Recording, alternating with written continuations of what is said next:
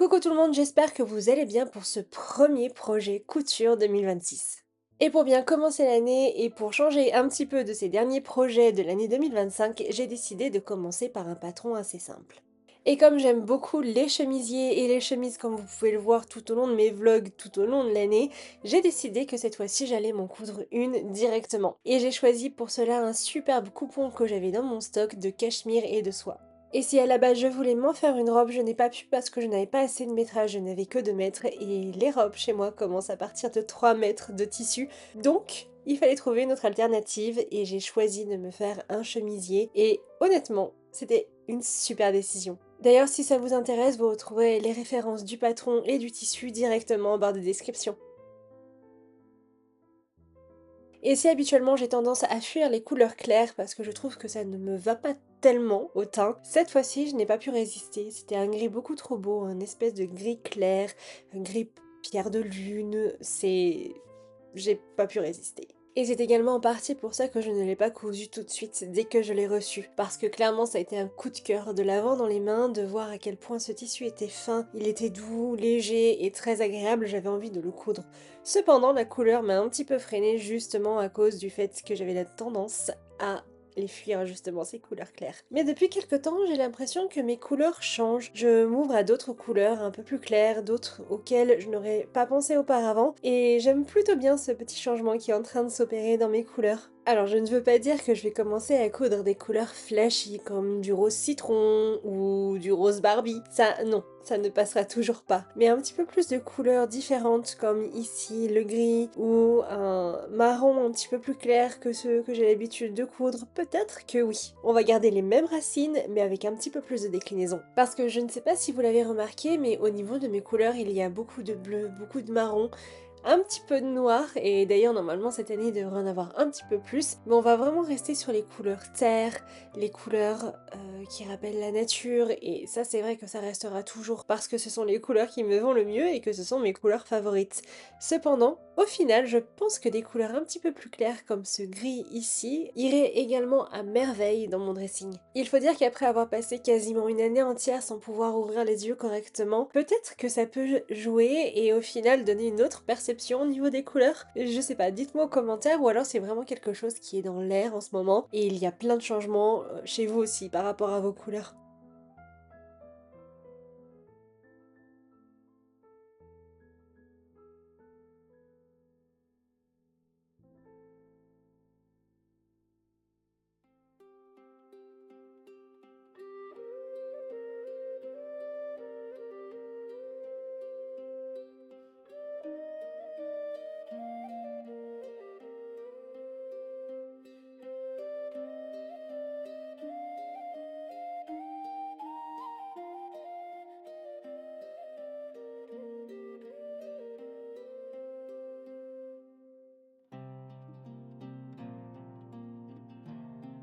Allez, trêve de digression, il est temps de passer à la couture. Et pour cette couture, j'ai choisi d'utiliser ma machine à coudre à plateau parce que c'était 100 fois plus simple pour moi pour les coutures à l'anglaise. Et regardez-moi le fil que j'ai trouvé. La couleur est exactement identique à celle du tissu. Et j'ai vraiment adoré le nom, puisque sur le site, il était marqué que c'était la couleur pierre de lune. Et c'est vrai que ça y ressemble beaucoup.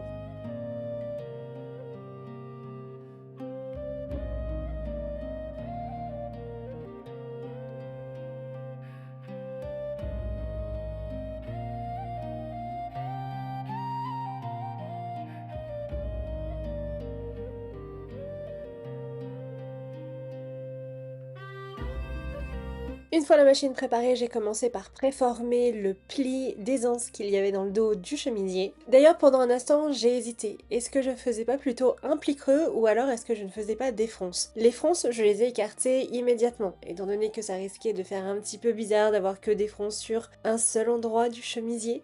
Au milieu, non, j'étais pas très fan. Et ensuite, pour le pli creux, eh bien, je me suis dit que ça allait faire aussi bizarre, étant donné qu'habituellement ce n'étaient pas les plis qui étaient préconisés dans toutes les coutures des chemises, mais qu'en plus, cela créerait deux plis de chaque côté du pli creux. Je me suis dit qu'étant donné qu'il allait ressortir, ça allait pas être non plus très esthétique. Donc au final, j'ai fait le même pli qu'il était préconisé dans le patron.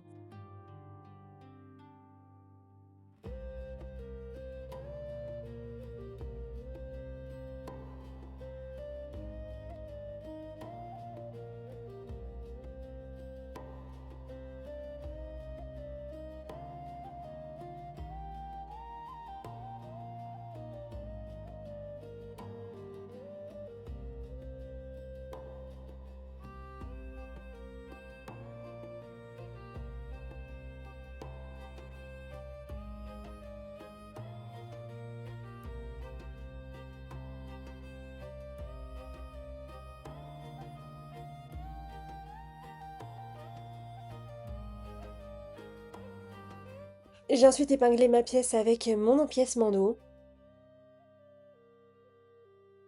Et comme vous pouvez le voir, le tissu est assez fluide, assez aérien. Et c'est exactement ce que je recherchais pour cette chemise. Donc au final, c'est pas plus mal que je n'ai pas réussi à faire cette robe. Même si pour ne rien vous cacher, je suis à la recherche d'un autre stock de ce tissu pour pouvoir au final réussir à me faire une robe. Mais bon, pour le moment, je n'en ai toujours pas trouvé. Peut-être qu'un jour, je réussirai à avoir la chance d'en retrouver quelque part. Je ne sais pas. En tout cas, ça m'aiderait beaucoup si vous pouviez croiser les doigts avec moi pour que je puisse en retrouver.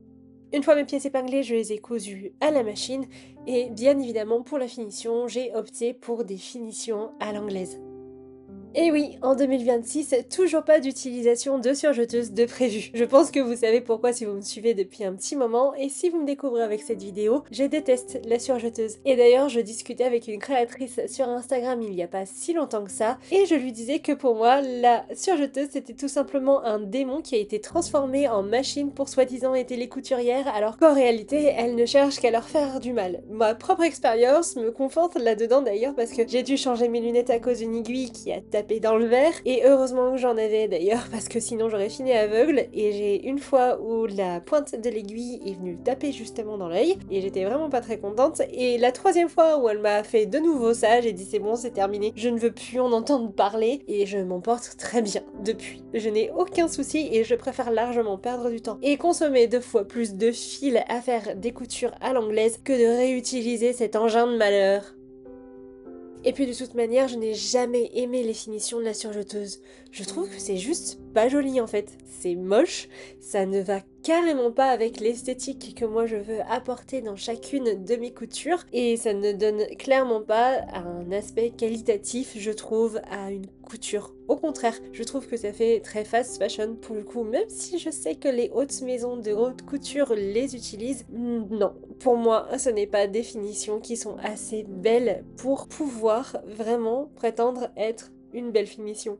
Et lorsque l'on regarde bien à travers l'histoire, les femmes et les hommes qui cousaient n'utilisaient pas la surjeteuse jusqu'à partir des années 1800. Donc, pendant des siècles, les finitions étaient faites à la main, étaient faites en couture rabattue, en couture anglaise où il y avait tout simplement pas de finition du tout, et ça fonctionnait très bien. Alors je ne vois pas pourquoi je devrais m'obliger à utiliser une machine de malheur pareille, alors que je peux le faire tout simplement à l'ancienne, et que les coutures sont plus solides, et que c'est beaucoup plus joli, et beaucoup plus esthétique.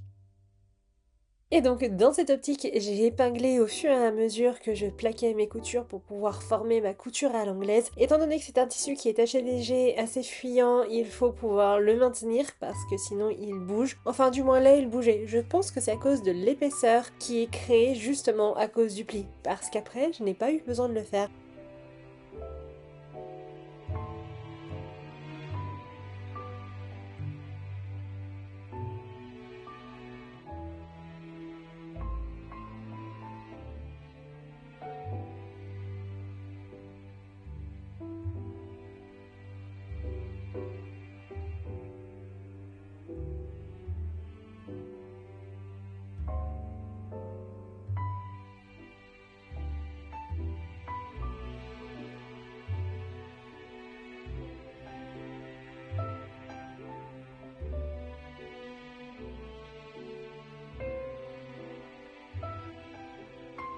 Et vous avez peut-être remarqué, mais j'ai changé mon fer à repasser. Les 2 autres que j'avais ont eu la très bonne idée de me lâcher à 2 mois d'intervalle, il m'en fallait donc un autre. Et celui-ci, je l'adore parce que c'est lui qui calcule directement la température en fonction du tissu qu'il y a sous la semelle. Et j'en suis étonnamment très satisfaite. Il calcule très bien la chaleur. Je fais toujours un test sur une chute de tissu avant parce qu'on sait jamais, il peut y avoir un petit problème. Et au final, je n'en ai rencontré aucun pour le moment. Il repasse très bien, c'est juste parfait. Je passe beaucoup moins de temps au repassage justement grâce à lui. Si jamais vous voulez changer votre fer ou que vous avez besoin de changer votre fer et que celui-ci vous intéresse, je vous mets un lien d'affiliation Amazon dans la barre de description, comme ça vous pourrez cliquer dessus et moi j'aurai une petite commission si jamais le cœur vous en dit. Cela étant dit, je me demande bien comment le fer fait pour savoir exactement quelle matière il y a sous la semelle. Si vous avez un début d'explication, vous pouvez me le mettre en commentaire également.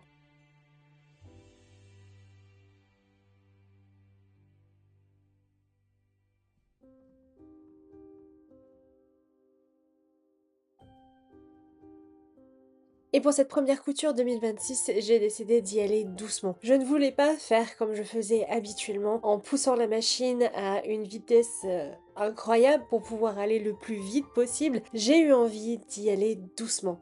Et donc là, c'est la vitesse la plus haute à laquelle je suis allée. Et c'est vrai que j'avais perdu l'habitude d'aller doucement avec la machine, de coudre lentement et de prendre mon temps. Ça faisait très très très longtemps que je n'avais pas fait ça. Et je crois que la dernière couture où j'ai pris vraiment mon temps, c'était il y a plus d'1 an, il me semble. Je n'arrive même plus à m'en souvenir tellement c'était il y a longtemps. Et ça m'a d'ailleurs beaucoup aidé parce que je ne sais pas si j'en avais parlé ici sur YouTube, mais je n'avais plus vraiment aucun plaisir à coudre. C'était devenu assez générique, assez robotique. Je cousais parce qu'il fallait coudre, parce que on ne peut pas avoir un vêtement sans coudre. Je n'écoutais plus le son de mes machines alors que je l'adorais. Tout était devenu complètement mécanique et robotique et je ne faisais plus rien en conscience. Il fallait que ça aille vite parce que les vlogs devaient sortir, parce que le lendemain j'avais un rendez-vous médical, pour tout un tas de raisons. Et donc le fait de rester à la machine en pédalant doucement, en y allant calmement, en prenant le temps de regarder vraiment comment se comportait le tissu, comment la machine se comportait et comment moi je me sentais et ce que je ressentais face à la machine et à la couture m'aura fait un bien fou. Vous le savez, je vous en ai déjà parlé, mais mon année 2025 a été véritablement catastrophique. Entre mes problèmes de santé, entre mes yeux, entre les problèmes que j'ai pu rencontrer aussi bien professionnellement que personnellement, 2025 n'a pas été une année très tranquille, paisible et non stressante. Alors je sais que ça a été le cas pour beaucoup de monde, mais j'espère que 2026 sera une bien meilleure année. Et je vous le souhaite également si jamais vous avez passé une année 2025 absolument catastrophique. Et si votre année 2025 était pas si mal que ça, bah, j'espère que ça continuera également en 2026.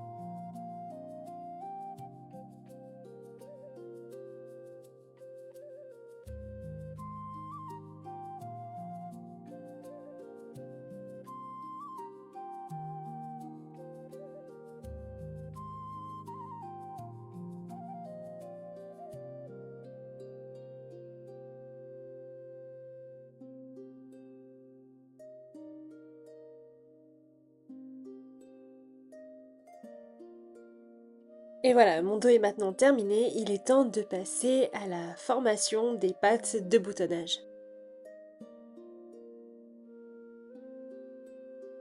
Et là aussi, pour la fermeture, j'ai énormément hésité. Est-ce que finalement j'allais faire les boutons ou est-ce que j'allais fermer à l'aide de crochets et d'œillets comme je l'avais déjà fait dans d'autres précédentes réalisations de couture? J'ai pas mal réfléchi et je me suis dit qu'au final, pour une blouse, un chemisier ou même une chemise, c'était quand même mieux d'avoir directement les boutonnières. Et puis de toute manière, il aurait fallu que je change l'entièreté du positionnement des pattes de boutonnage, je ne pouvais pas les assembler comme il était donné dans le patron, il fallait que je fasse des modifications. Et il aurait fallu que je pense à ça au préalable, ce que je n'avais pas fait. Alors au final, et étant donné que je voulais une couture qui soit simple et qui soit pas prise de tête pour cette première couture de 2026, j'ai décidé de tout simplement garder ma patte de boutonnage telle qu'elle et de faire mes boutonnières. Et puis je craignais également que de les retirer fasse que le chemisier soit un petit peu trop strict et un petit peu trop fade du fait qu'il n'y ait pas finalement la décoration des boutons. Donc c'était pas plus mal que de garder la patte de boutonnage comme ça et que je n'y ai pas pensé au préalable pour pouvoir faire les modifications adéquates. J'ai donc épinglé et assemblé mes deux pattes de boutonnage à mes deux pièces de devant du chemisier.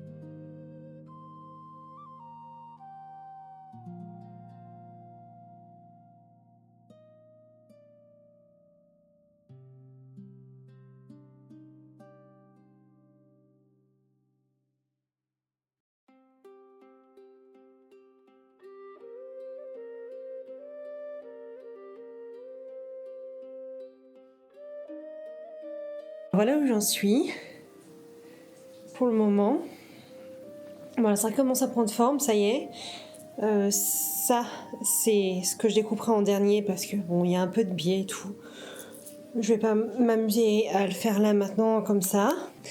Et donc, j'ai fait les deux pattes de boutonnage que j'ai bâties pour les maintenir à leur place. Par contre, je sais pas si je vais faire les surpiqûres.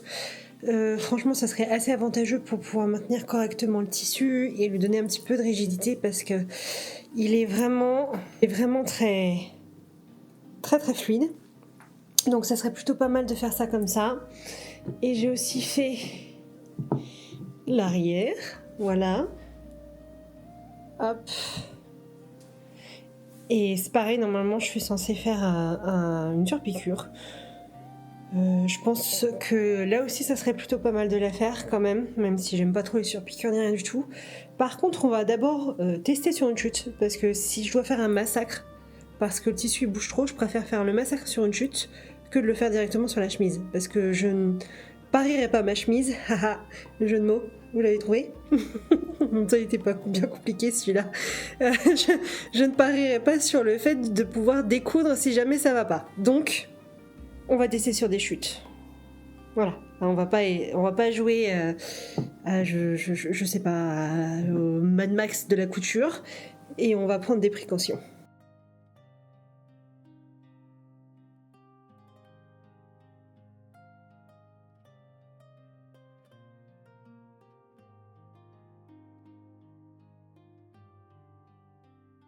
De retour à la couture le lendemain, j'ai commencé par épingler et assembler mes pièces dos et devant au niveau des épaules et sur les côtés. Normalement j'aurais dû faire mes échantillons pour les surpiqûres, mais je n'avais pas le courage de les faire.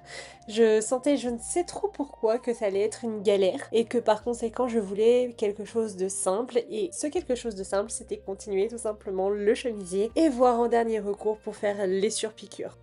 En plus, j'avais eu une idée de modification dans le courant de la soirée et j'avais très envie de terminer l'entièreté de l'assemblage pour pouvoir la tester. Je sais pas si ça vous le fait à vous aussi, mais moi c'est très régulier. Enfin, ça l'était beaucoup moins ces derniers mois, mais depuis peu, ça revient énormément. J'ai plein d'idées de modifications pour tous les patrons que j'ai mis dans ma wishlist à réaliser pour cette année. Et celui-ci, j'avais envie d'un twist complètement différent du style de l'entièreté du chemisier, qui d'ailleurs à la base était plutôt une chemise, mais qui se transformera en chemisier par la suite de cette modification. Et comme vous pouvez le voir, du fait que le fil soit de l'exacte couleur du tissu, on ne voit même pas la couture. Je trouve ça absolument fascinant. Je crois que c'est la première fois que j'ai réussi à avoir exactement la même couleur de fil que de couleur de tissu.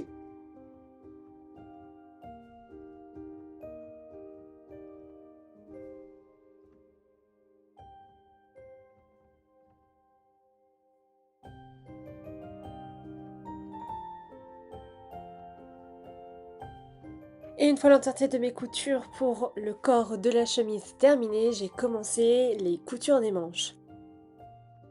Je ne sais pas pour vous, mais pour moi, la couture des manches, c'est toujours la couture pivot dans l'entièreté de la réalisation. C'est ce qui va me permettre de beaucoup mieux visualiser l'entièreté du vêtement, parce que clairement, sans manche à un haut, c'est vraiment pas beau. Enfin, on voit qu'il y a quelque chose qui manque, il y a quelque chose qui ne va pas, ça tombe mal, ça ne se place pas correctement. Et donc, le fait d'assembler les manches par la suite à ce qui a été cousu précédemment, je trouve que c'est un twist incroyable dans l'entièreté de la couture parce que là, on voit vraiment à quoi ressemble le vêtement final. On y est presque et on peut enfin se faire l'entièreté de la visualisation du rendu final.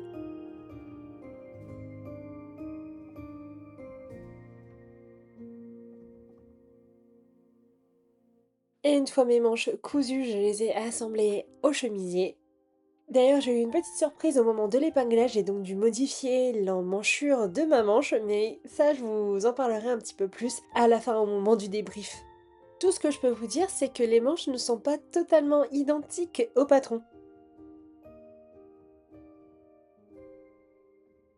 Je vous en avais parlé lors de ma vidéo des projets 2026 et de mon haul vintage, et bien le voici. J'ai enfin commencé mon pull en plotulopie et en jacquard. Haul spécial vintage, je vous remets les couleurs du pull à l'image.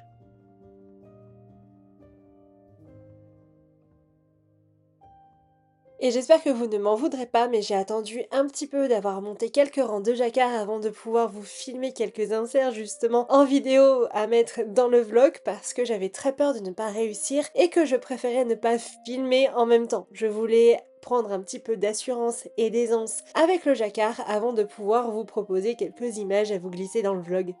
Et honnêtement, même si les 3 premiers rangs ont été assez difficiles et qu'il a fallu que je défasse et refasse, au final, une fois que l'on s'y fait et que l'on comprend le mécanisme du jacquard et comment il fonctionne, et les répétitions, et qu'on arrive enfin à se rentrer dans le crâne chacune des répétitions, sans avoir sans cesse besoin de regarder la grille et risquer que les yeux sautent et ne se reposent pas exactement là où on a besoin qu'ils se posent, c'est beaucoup plus simple.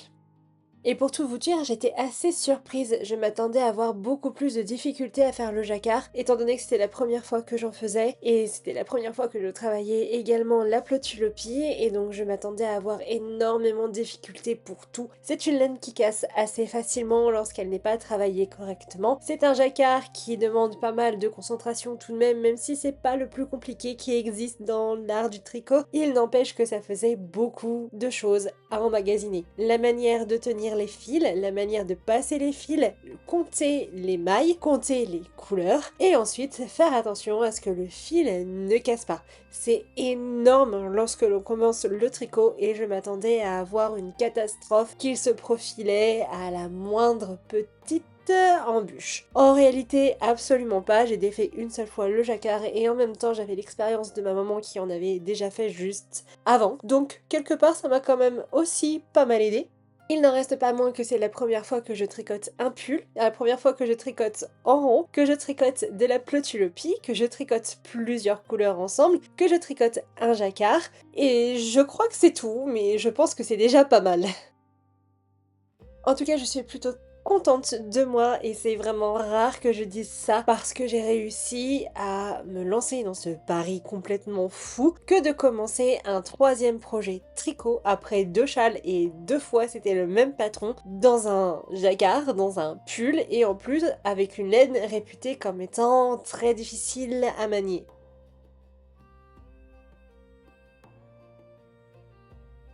Mais ne vous inquiétez pas, de toute manière, je compte bien faire une vidéo retour d'expérience concernant la laine, concernant le jacquard, le fait que ça soit mon premier pull et tout ce qui englobe l'entièreté du tricot de cet ouvrage.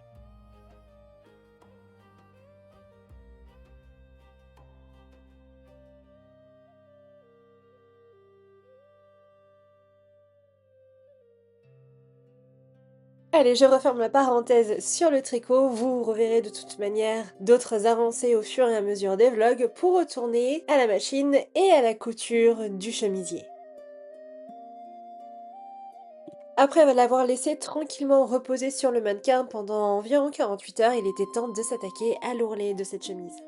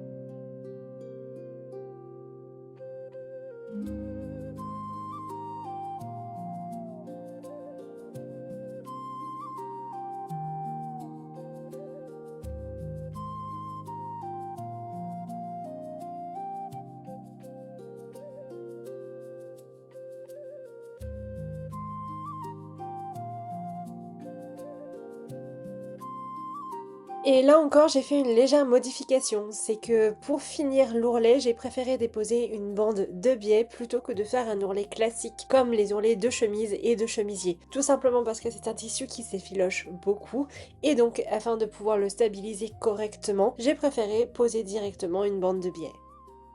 C'est un petit peu la modification surprise, celle que je n'avais absolument pas prévue et que j'ai été obligée de faire tout simplement parce que je n'avais pas d'autre choix. Oh, j'aurais très bien pu faire un ourlet classique en le faisant avec 1 cm de rentrée et un second rentrée supplémentaire et coudre à la machine ou coudre à la main sans aucun problème. Sauf que il y a quand même pas mal d'endroits où c'est dans le biais, il y a des arrondis au niveau du dos, il y a des arrondis au niveau des hanches et ça risquait de faire des petites vaguelettes très disgracieuses dont je ne voulais pas tout simplement. Alors, valait mieux poser une bande de biais et prendre un petit peu plus de temps pour faire la finition de cette chemise que de faire une finition normale, habituelle pour ce type de vêtements.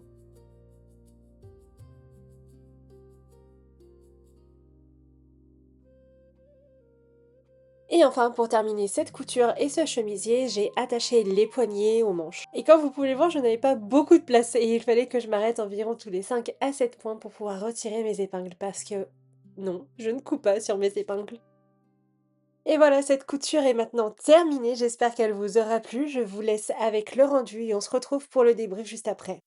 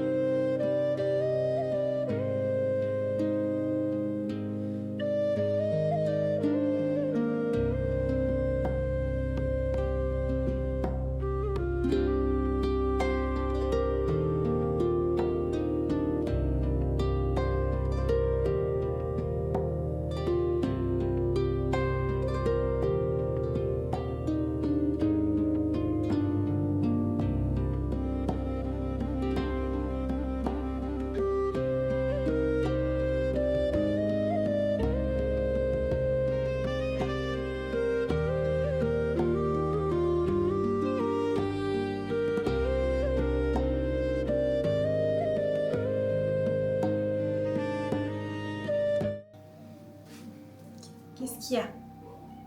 Qu'est-ce qu'il y a? Tu as un câlin? Ah mais tu sors pas les griffes, hein? Non, tu sors pas les griffes. Non.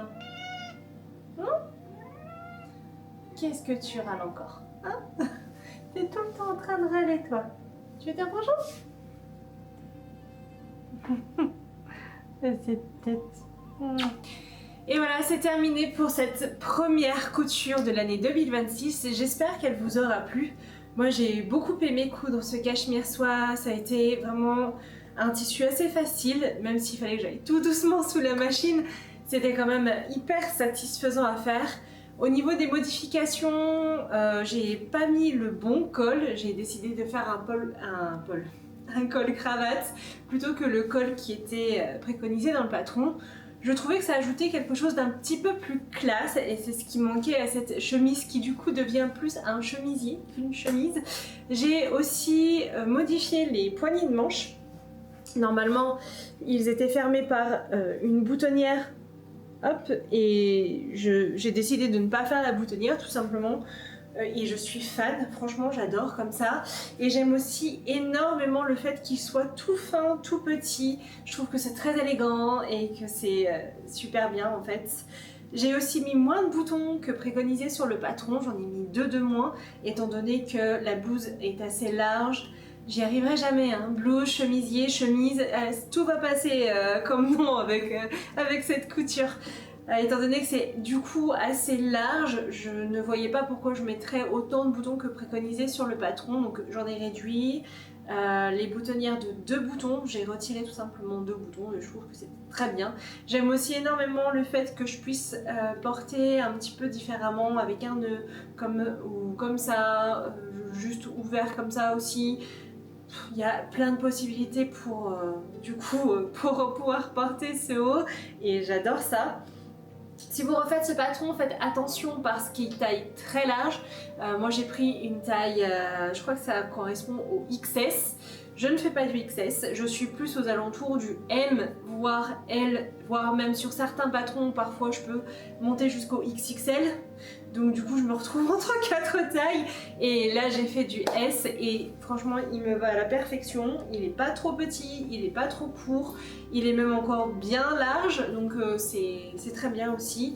Et au niveau des manches, je sais pas si vous avez remarqué mais hop il y a un pli. Alors j'ai baissé un petit peu la caméra. Hop, ça devrait le faire, ouais. Il y a un pli ici qui n'est pas compris du tout dans le patron, normalement. Normalement, j'ai remonté la caméra. Normalement, c'est censé être des manches tout simplement avec les épaules tombantes et il n'y a pas de pli, il n'y a pas de fronce, il n'y a rien du tout. Mais je pense que le cachemire a légèrement bougé malgré le fait que j'ai fait très attention de ne pas le stretcher. Je l'ai toujours pris vers le bas et un peu en boule pour éviter justement qu'il stretch. Je l'ai mis sur le mannequin uniquement le temps de faire les épinglages en début de vlog et ensuite je l'ai retiré directement. Donc je pense que il a bougé. Ou alors il aurait fallu que je fasse la technique tailleur pour les manches, mais franchement sur le cachemire je trouve pas que ça se serait vu, ça aurait fait des fronces. Et ce que je voulais moi c'était rappeler justement du coup pour le coup le pli qu'il y a dans le dos. Je trouvais que c'était plutôt bien raccordé et j'ai fait les fronces uniquement au niveau des poignets, ce qui donne des manches un peu inspiration manche bishop. Pas exactement parce qu'il manque de l'envergure quand même, mais un petit peu quand même.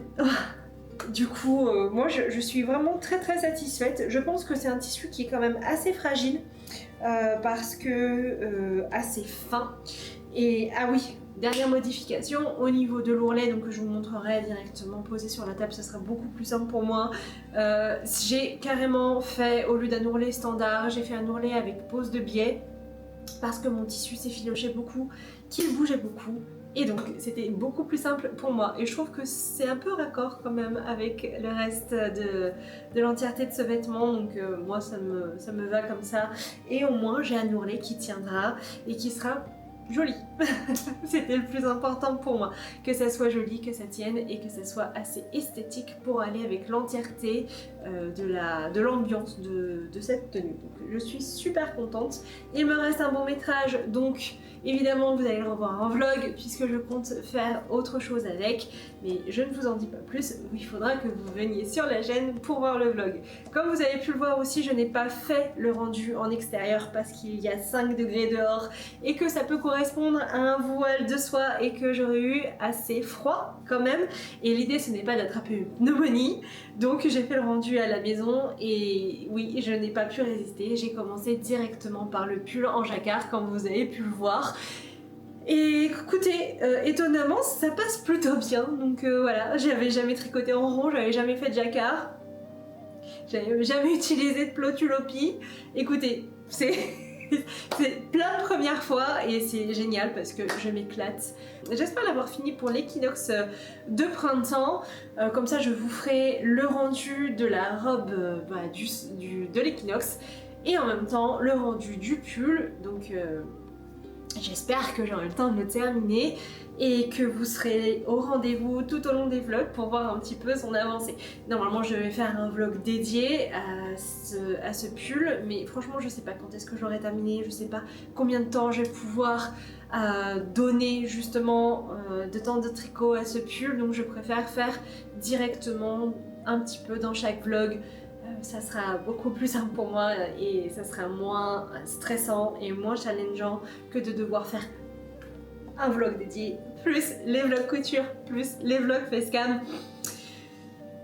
Non, je préfère faire comme ça, ce sera beaucoup plus simple pour moi. En attendant, j'espère que vous avez aimé cette vidéo. N'hésitez pas, si c'est le cas, à la commenter, la liker et la partager. Et si vous avez la fonctionnalité des boosts, n'hésitez pas à la booster. Et moi, je vous dis à la semaine prochaine pour mon haul spécial Vinted.